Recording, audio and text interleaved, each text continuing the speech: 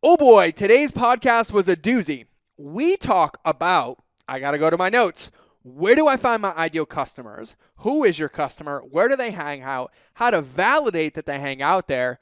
Plus, how I found all my best customers sitting in first class on an airplane and the accidental $1 million that I found of business, completely unintentional, and how you can use it too with a new behind the scenes look at the studio because I added up this like behind the scenes camera if you're watching this.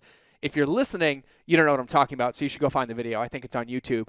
But either way, I'm going to stop blabbing out. Let's get into the episode and cue the intro now.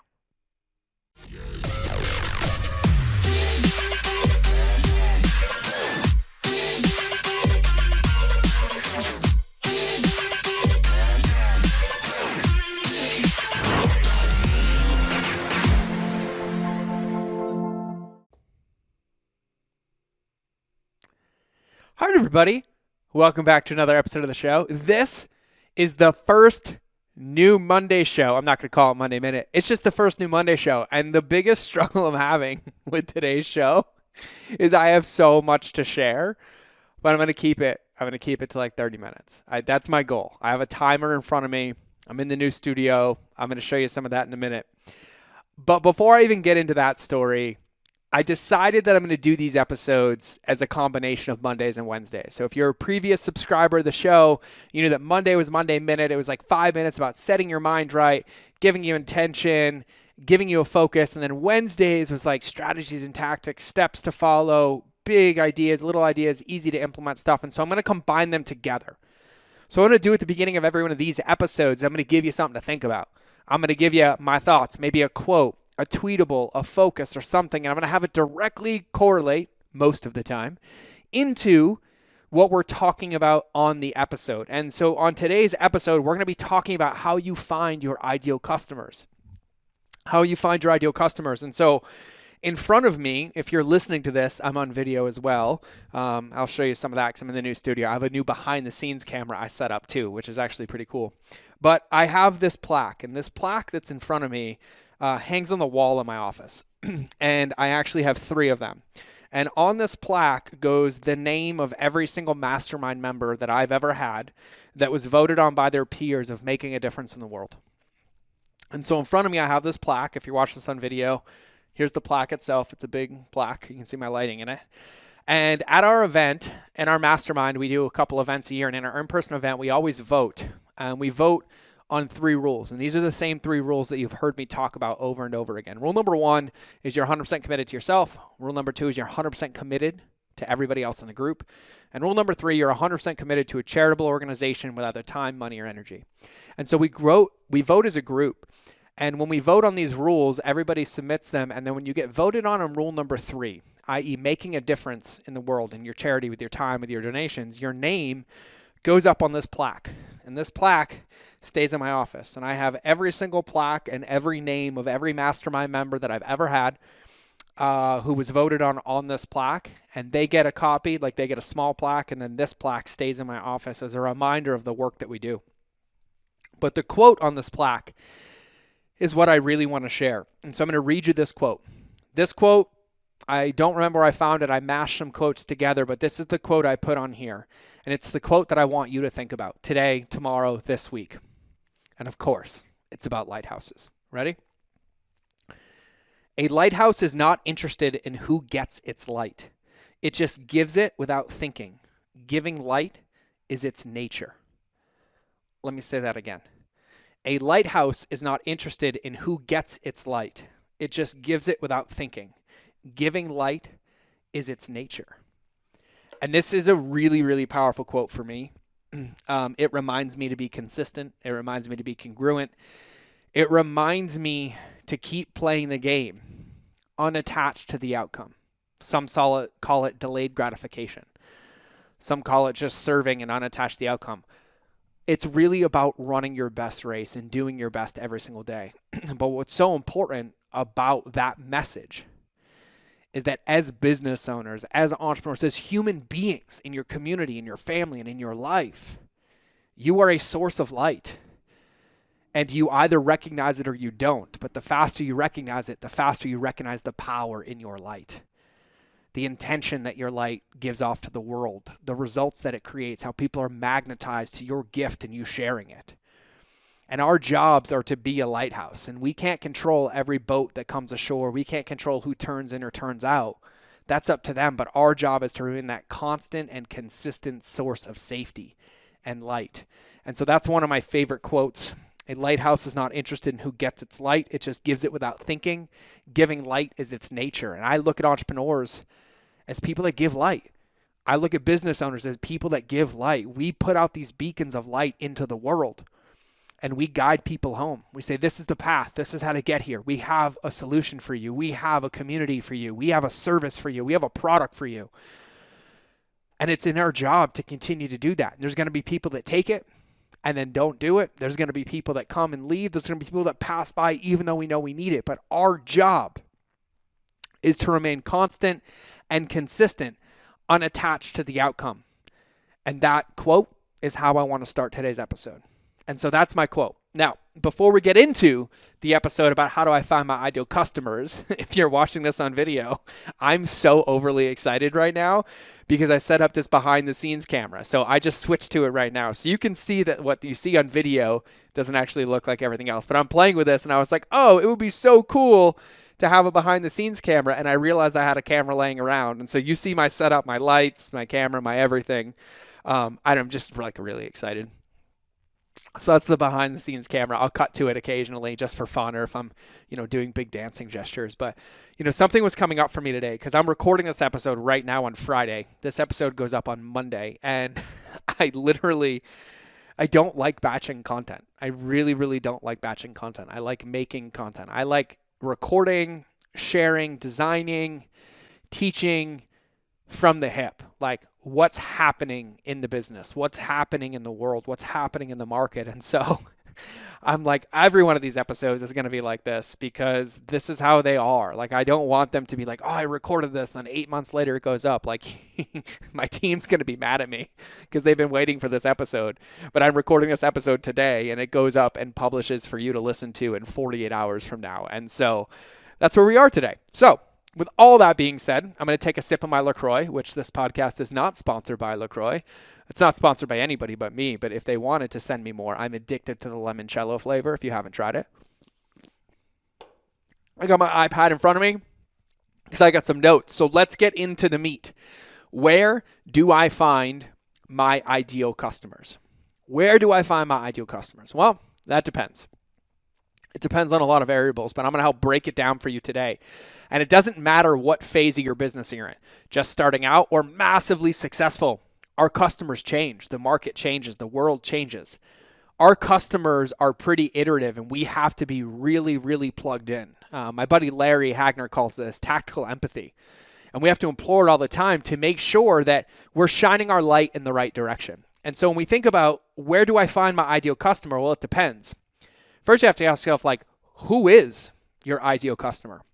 And not like I'm a soccer mom that drives a minivan, right? But who is your ideal customer? Some of the questions that you can ask yourself. Question number one, what do they want? What does your ideal customer want? What do they spend their time doing? What do they pay attention to? Even outside of your market or focus, what are some of the other things about this person that defines them? That's step one. Is you have to know your customer. And my amazing copywriter, Alex, who's been on the show, gave this exercise in this episode, and it's so, so powerful. But when you really want to sit down and understand your customer, who is it? Once you get a clear picture, I want you to sit down and design a day in their life.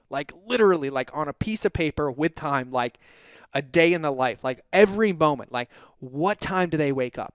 When they wake up, what do? Do they go for the morning pee or do they go for the cup of coffee?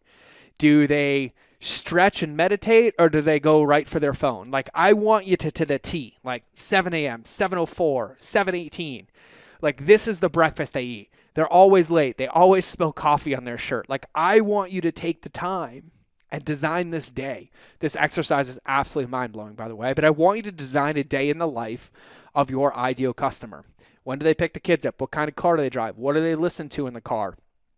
What are they thinking about when they're listening to it? What do they do at work? How many pee breaks they take, even though they don't have to pee? Like, how many breaks? Like, I want you to really put yourself in the shoes of your ideal customer. And so when you're asking yourself, who is your customer? You want to embody that customer. Like, you want to be in their life. Like, if you took a pair of glasses and put them on, I want those glasses to be the lens of their life. I want you to see what they see. I want you to feel what they feel. I want you to do what they do. I want you to eat what they eat. And yes, you can talk about food and still sell business and marketing. You find common ground. And so when you think about who is your customer, I want you to do this. So ask yourself these questions like, what do they want? What do they spend their time doing? And what do they pay attention to? What shows do they watch? What are they watching on Netflix? What books are they reading? The more information, like the more embodied you can be about who that customer is, the faster you have all the information you need to identify how do you find your ideal customer. So step number 1 is who is your customer. Step number 2, which is a part of that exercise, and then pulling some parts of that exercise, is where do they hang out? Like, where does your ideal customer hang out? Are they hanging out on LinkedIn? Do they listen to podcasts? Do they go to local meetups and farmers markets? Do they hang out in Facebook groups? Do they hang out on in-person events? Do they hang out on virtual events? Do they not use social media? Do they read magazines? Like, where do your ideal customers hang out? Now, of course, in order to know where your ideal customers hang out, you have to know who your ideal customer is. All right? That's why step 1 is know who your ideal customer is. Step 2 is know where your ideal customers hang out and be specific. Like, are they hanging out at the train station, or do they get a cup of coffee at Starbucks and sit there for an hour? But the reason I say this is because you're not going to know where to find them until you think about all the avenues and possibilities about where they hang out, right? So depends on what side of my business that you go to, but like for you listening to this podcast, I would venture to say that I'm not the only podcast that you listen to, and I love that. But that means that I know that some of my ideal customers are podcast listeners. And so that means if I go on other podcasts, I have a likelihood of finding my ideal customer on those podcasts. But you have to ask yourself, where do your ideal customers hang out? Are they shopping on Etsy? Are they playing around on Pinterest? Are they on a social media app that nobody else uses? Are they on Reddit? Do they invest in Bitcoin? Like, you have to do the time and figure this out. And once you figure it out, you have the second ingredient needed. So when we think about where do I find my ideal customer? Step number 1, you have to identify who they are, right? So who is your customer? Step number 2 is you have to basically identify all the places where they hang out, right? You have to make a hypothesis. Like, I think they're here. I think they're here. I think they're here, right? That's step number 2. Step number 3 is you actually have to validate that that's where they hang out. You have to validate that that's where they hang out. So, for example, I know now, but let's say I assumed or I made this hypothesis, my ideal customers hang out on marketing podcasts. I think that my ideal customers listen to other marketing podcasts and business podcasts. And I'm like, oh, that would be a pretty safe assumption, right? So let me start. Well, I personally have been interviewed on over 1,500 podcasts. I get less people from a marketing podcast than I do from like mindset, business theory, and even some personal development ones, right? Because I tend to talk about a lot of those different things. I found that a lot of people that just hang out and just listen to marketing podcasts don't like what I share because I don't share just strategies and tactics. And so step number 3 is that you have to validate that that's where your ideal customer actually hangs out. And so this is where, like, actually, if you're watching this on video, I just rolled up my sleeves. It's really funny how my brain works. I was foreshadowing what I was going to say. This is where you have to roll up your sleeves and you have to go be in a relationship with people so you can get inputs and feedback that that's where your ideal customer is or wants to be, or that they hang out there, right? So you have to interact with these people in different areas. And so let's say they hang out in Facebook groups. You go in there and you actually engage with them. You comment on their posts. You ask them questions. You engage on their posts. You're not selling your stuff. You're finding out information about these people and seeing if they're your ideal customer, right? You get to know them. You ask them questions. You see if there's anything you can do to support them. You get on a call if you can. You support them organically. But if it goes beyond your container of set helping for free, of course they can become a paid customer. Like, that's the ultimate dream of this. Like, God, I think all my customers hang out in moms groups for, body weight workouts on Saturday mornings. And you're in a few of them and you're engaging and they're all DMing you. Like, I really want your help. And you're actually getting DM'd so much you have to charge. Great. You found your ideal customer, charge money, and there you go. Right. But the inverse of that is that when you validate where they are, you might think like, God, all my moms are hanging out in that group. It's for this, and boom, boom, boom. And you start interacting and engaging, and they are potentially your ideal customer, not yet. They're not willing to invest in a meal plan or nutrition or accountability. Like, maybe they're in that group, but their needs are fully met, and what you have to offer isn't a pain point for them. And then you're like, all right, cool. Well, these people aren't actually it. Let me go to the next one. Let me find the health and fitness group for public speakers or entrepreneurs who don't have time to work out, and then start there. But you have to get feedback, right? Your ideas are great, but until you put your idea into the world to get feedback, you don't really know what it can look like. You can spend all day designing like, this is who my customer is, this is how I support them, this is my offer, this is boom.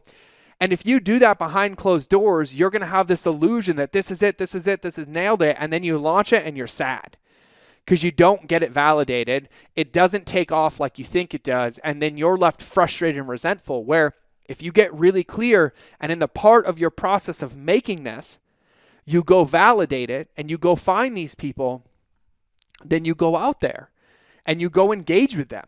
And here's the thing. I literally am like, oh, my ideal client hangs out on Facebook in my Facebook group. A lot of them don't. A lot of them refer people who add me as a friend. And then when they add me as a friend and I send them a video message, they become my ideal client. And it's really interesting in how they all go out. But you have to validate that they hang out there. And so you have to build these relationships. You have to show up consistently. You have to put some content out there. You have to engage. And you have to test the market. You have to test the market. Think about it like you're walking through the mall of the 1990s and they're handing out orange chicken, right? What they're really doing is validating whether you're a customer or not. Because if you walk by and take the sample, then you have the potential of becoming a customer. So normally once you took the sample, then they had a conversation. Oh, do you want more? Here's boom. But if you walked by and didn't take the sample, they didn't chase you down and try to convince you and then build their whole marketing about people who refuse our samples that we try to convince to buy our orange chicken. No, they validated the offer. They were getting your attention. They were doing it. And this is what you must do. And so what does that tangibly look like? So one example for me is I have been in a lot of Facebook groups. I get added to them all the time. I mean, more than I count. And here's my PSA. Here's my disclaimer. Please stop adding people to Facebook groups without their permission. Pretty please. That would be absolutely amazing. I would love that. But Facebook groups are an awesome place. And what I didn't know is I had joined a mastermind, and a mastermind pretty much like mine. And I joined this group, and naturally I just started engaging in the group because I was paying to be in this mastermind. So I'm engaging in the group, and I'm engaging.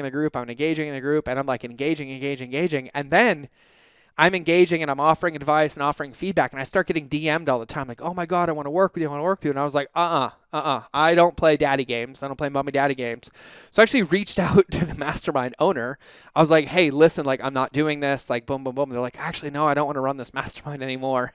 Boom, boom, boom. And they're like, take them.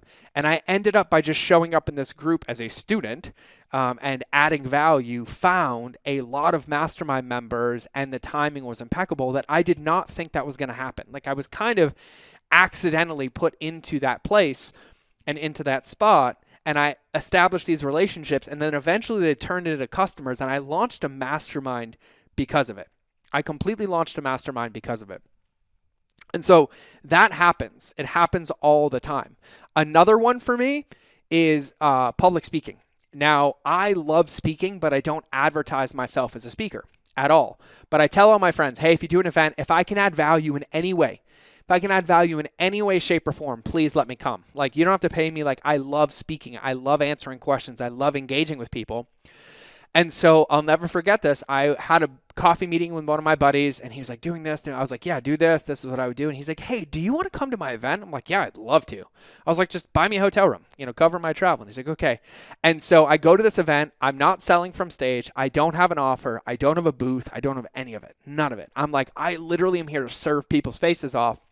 And I was like, I just want to help. And of course, I'm like, okay, there's 800 people here. Some of them are potentially my audience, but I just said yes. Like, I say yes to all these opportunities because I love them. But here's what happened. I ended up giving this keynote, and because I wasn't selling, I was literally doing a Q&A the whole time. I ended up closing multiple 7 figures of business from this event over the course of a year. And all I did was answer questions. I'm like, guys, when I'm done, if I can answer your questions anyway, just come find me in the hallway. And I answered questions for like 10 hours. But all I was doing was adding value. And here's what's nuts. I didn't think that this was my audience. I literally went because I was like, yeah, if it can add value. But like, if you looked at me on paper and like, George, you want to come, boom, boom, boom, I would have never in a million years thought that this was my audience. It was a kind of niche down. Most of the principles I teach didn't apply. It wasn't for that type of business, and it ended up becoming it. And it showed me a part of a market where I had an ideal customer that I didn't know was an ideal customer that I wouldn't have gotten without that feedback. And so I show up, I give this keynote, I answered all these questions. I ended up building 7 figures of revenue just off that talk, but it actually expanded my entire outlook of who my ideal audience was, and a pain point and a possibility that I never would have thought of, nor would I have known where to find those people. So those people were all Amazon sellers, and I was talking about e-commerce businesses, customer journeys, email marketing, social media marketing, and this audience was doing a lot of advertising on Amazon where you can't do a lot of those things. But what it introduced to me was this pain point of Amazon companies that didn't want to be on Amazon anymore. So then I got to shift, and I had this whole consulting arm of my business of helping Amazon customers build a brand and presence the right way off of Amazon. And I only got that because I validated that offer kind of accidentally. But if you think about all the times you intentionally do it, what would that look like? Well, if you're like, God, my ideal audience, they're these people, they listen to these podcasts. Let me go get on a couple of those podcasts. And you go reach out. God, I'd love to come on your show. I'd love to add value, get interviewed. And you have an easy call to action, like shoot me a DM or, send me an email. And you go on the show, there's 100 people who listen and 6 people DM you. Great. If you go on the show, 100 people listen, 100 people DM you. Great. If you go on the show and 100 people listen and no one DMs you, great. Keep going. Give yourself a control, but go on 5-10 episodes of the same caliber, talk consistently about the same thing, have the same call to action. And if it doesn't work or you're not getting any feedback, well, that isn't potentially where your ideal customer hangs out, and you make an adjustment. Or if you do know, you double down on it. And so those are just some examples, right? Another one, actually, I'll give you one more because this is my favorite one. I'll give you another one.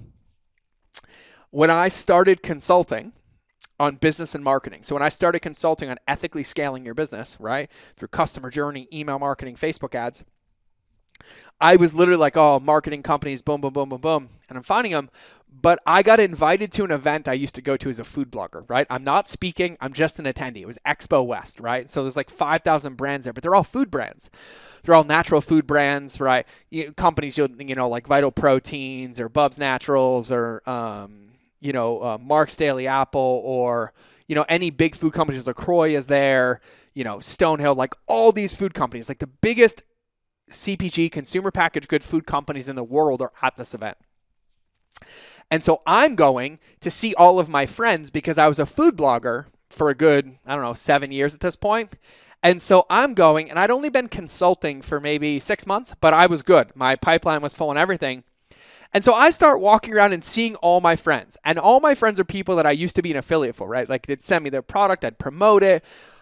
I do it, and they're all like, what are you up to now? And I'm like, oh, I'm consulting. And they're like, I have that problem. And then literally the next 2 years of my life was spent just consulting health food companies on how to build and scale a customer journey.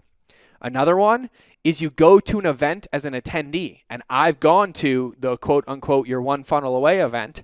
And I just sit in the audience. I network with people. I ask them questions. I ask them what they're doing, why they're there, what they're looking to learn. And if I can add value in any way, I do. I'll ask them what they're doing. I'll get their contact info. Like, I'll genuinely try to support them, and I'll just build a relationship and a friendship. And then they end up working with me, or they end up in my mastermind. Some of them have ended up as business partners. But I'm constantly out there testing my offer in the water and in relationships. I do it via DM. I do it at events. I do it at the coffee shop. I've literally, before I move on to the next point, my favorite one is 3 of my best clients have come from airplanes. No joke. Not gonna lie.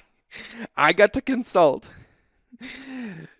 a professional NBA team, the CEO of Playboy, and the CEO of one of the largest apparel and shoe companies in the world because they sat next to me on an airplane. No joke.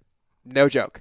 One of them, I was flying home from Ireland, sitting in the front of the plane, sat next to me, and whether he liked it or not, I was going to ask him questions, which I did because I'm pretty forthcoming. I'm just getting to know people. I'm like, hey, what do you do? And I'm not like, hey, this is what I do. I'm like, what do you do? What do you do? Tell me about this. Oh my God, why are you 7 feet tall? Like, what's this? It must be basketball. I'm not even a sports fan, but like, what do you do? And it turns into a conversation. Another one like, hey, it's so good to meet you. Like, that's an amazing book. What are you reading? And I just try to talk to people and engage with people. And I actually got 3 of my best ever stories, case studies, and consulting clients because they simply made the mistake of booking the seat on the airplane next to me. And I don't say that, seriously, like I'm completely joking. I feel like it's fun to sit next to me. But those are opportunities where I'm like, God, I never thought that my ideal client would be hanging out on airplanes. And my wife's like, no matter what, wherever you fly first class because you always meet somebody. And I met somebody who was he founded a plumbing parts company. So you remember the shower, like in your shower, the drain on the bottom of your shower? Well, they customize those. Well, he basically started the first company that did that. So I ended up sitting next to this guy who was worth like $3 billion because he did that. And I had no value to add him. We just talked, but I got his contact info. We stayed in touch. But I was like, wow, I never would have thought. And so you have to take your offer, take your expertise, and you have to go put it into the world. You have to validate it and test it. And so step number 1 is you have to know who your ideal customer is. Step number 2, you have to figure out or make some hypotheses. Is that right? Hypotheses of where they hang out.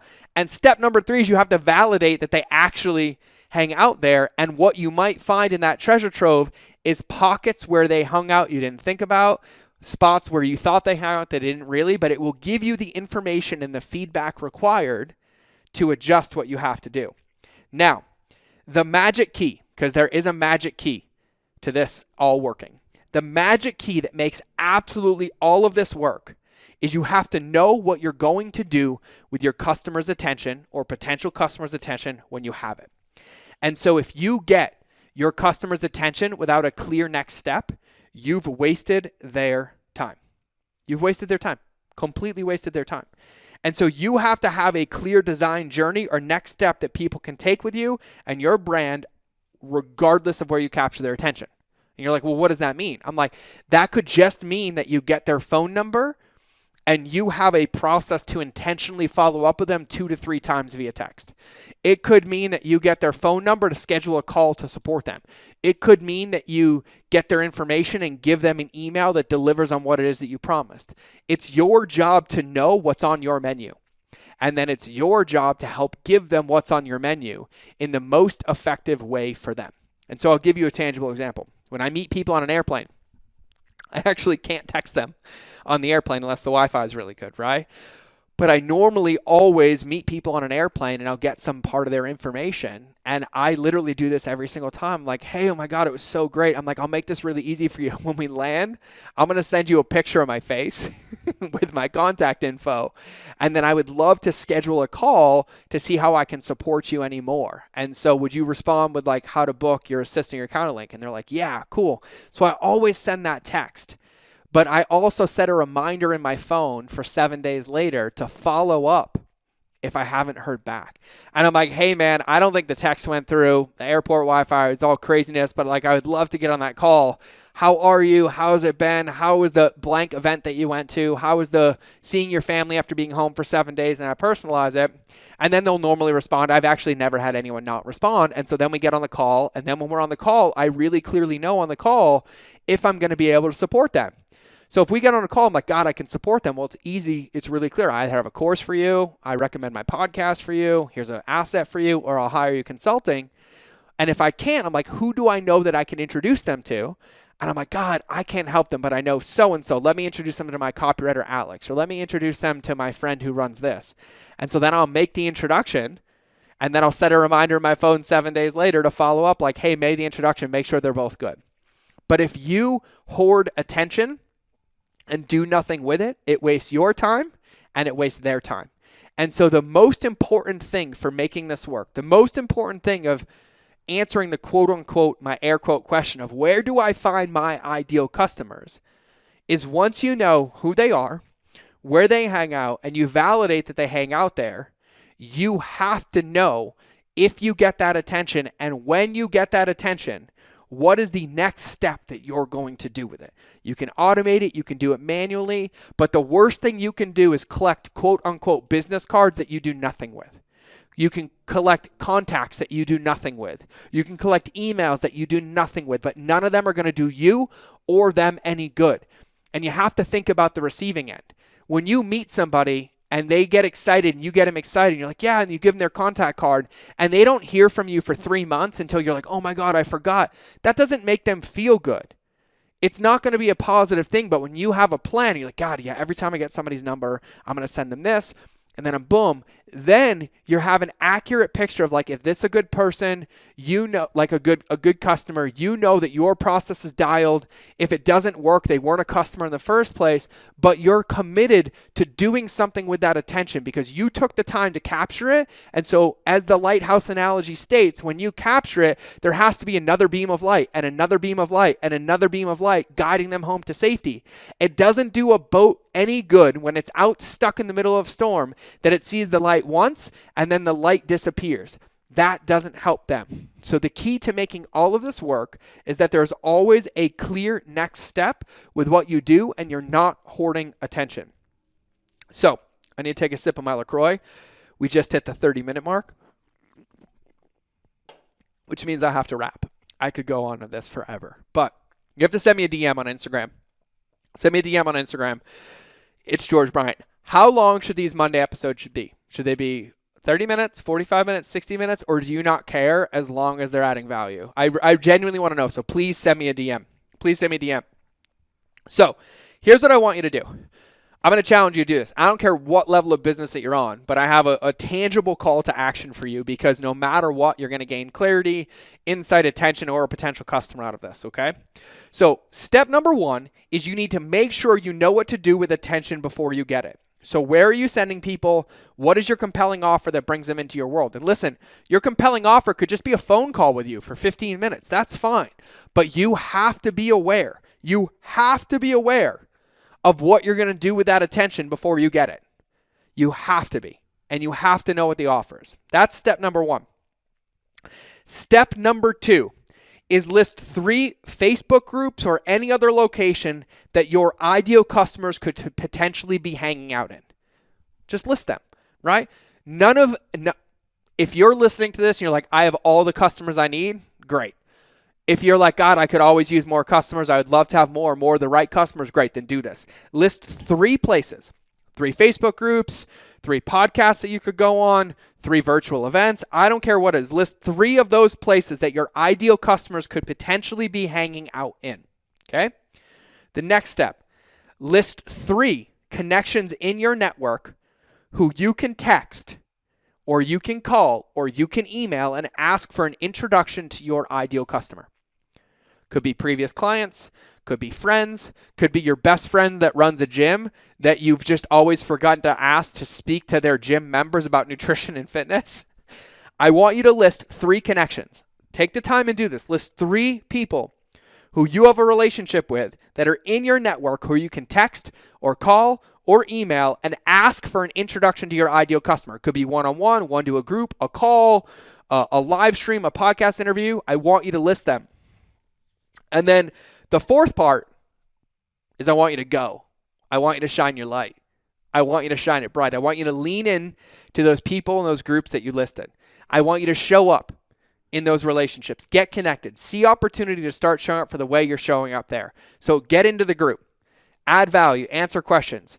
Get on calls with those introductions that you have. Know what you're going to do with that attention. And then rinse and repeat this process while getting the feedback and making it all work.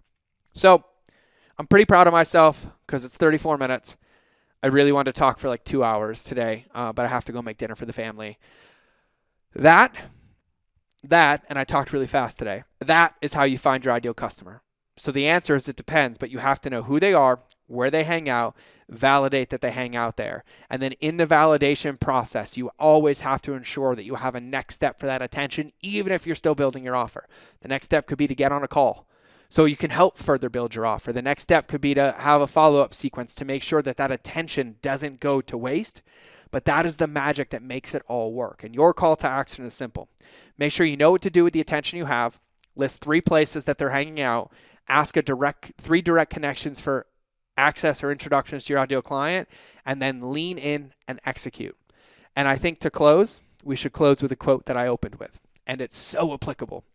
A lighthouse is not interested in who gets its light. It just gives it without thinking. Giving light is its nature. So thank you for listening to another episode. Thank you for being on this journey with me. Thank you for trusting me with your time and your earballs. If you have not left a review for this show, it would mean the absolute world to me if you could please leave a review. A review is how more people find this show, and we are lacking in the review department compared to how many of you listen to this. And so if I've done anything to you, for you, added value in any way, helped you in any way, if you could please take 60 seconds to 90 seconds of your time and go leave a review on whatever platform that you listen on. iTunes would be great. Whatever it is would be great. That would mean the absolute world to me. And remember that relationships will always beat algorithms. So I will either see you in the next episode or you will hear me in your earballs. But either way, I think it's time to cue the outro. Let's go.